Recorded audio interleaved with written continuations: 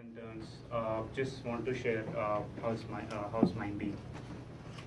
Uh, I grew up, born and brought up in Delhi, capital of India. Did my schooling there, did my education.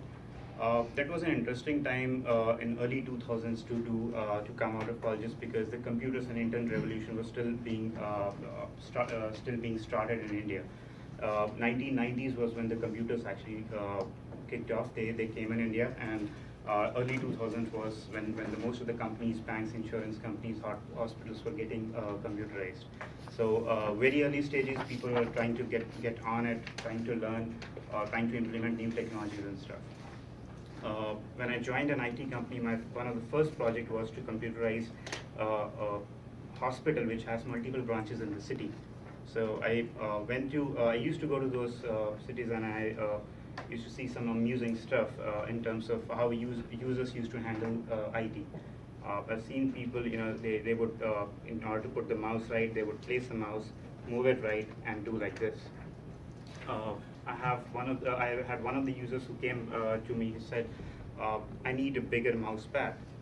I said, "All right, I can try to arrange that for you, but can I ask you why do you need that?" He said, "Because when I move right towards my mouse reaches the end of the mouse pad, but my cursor doesn't reaches to the end of the screen." So, I was like, shocked for 30 seconds. Said, "Stupid but valid."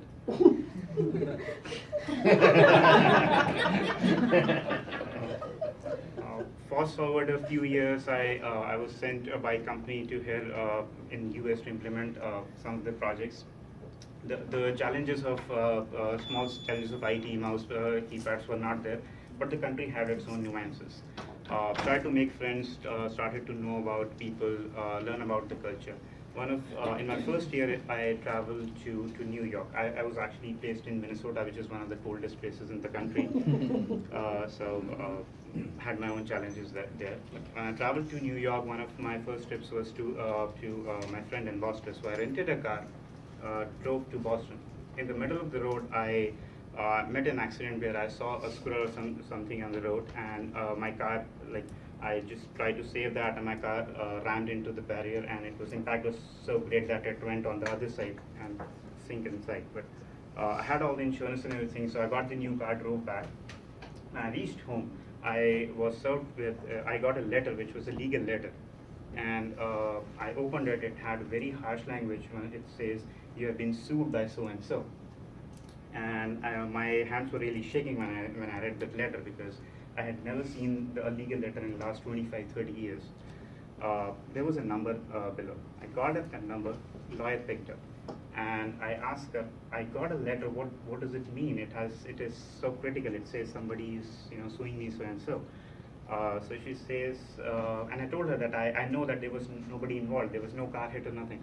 And she says that when you were driving on the road, on the other side of the road, there was an old lady traveling, and she thought that you're going to cross the barrier and hit her. So she got confused, and she hit herself in a tree, and she's suing you. It doesn't make any sense. Somebody got scared and they hit a tree and they sued me. And I was still scared, and she could realize that in my voice. So she said, "Just calm down. Where are you from?" I said, "I'm from India." I said, "These things don't happen there, right?" I said, "Hell no, it doesn't." So there's, just relax. Here in America, this is very common. We sue each other all the time. I said, "Okay, good. But what's the impact for me?" I said, "Nothing, but you have covered up to $1 million, but you would have to come to give a testimony sometime in the city." I said, "I can't travel that, I don't want to spend money to give a testimony there, and I won't have time."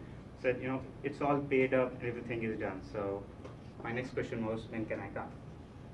So it was all done, a little bit of anxious stuff here and there, but it was a good experience to share.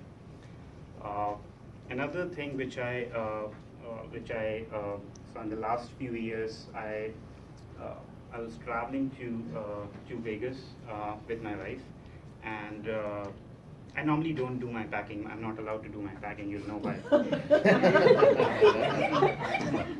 And we were working at different places, so she'd asked me, "Would you be able to do your packing?" I said, "Yes, why not?" And I did my packing. For me, packing is just dumping stuff into a bag, and then here you go. I don't actually take the stuff out. So, what I forgot was there was, I had one of my friends came over who had a meat knife. He cooked, and then I had to return him back. That trip never happened, so it was still in the bag. And then I also used to keep a pocket knife there. So I took all that with me in my laptop back to the airport, and the security people are sometimes really funny.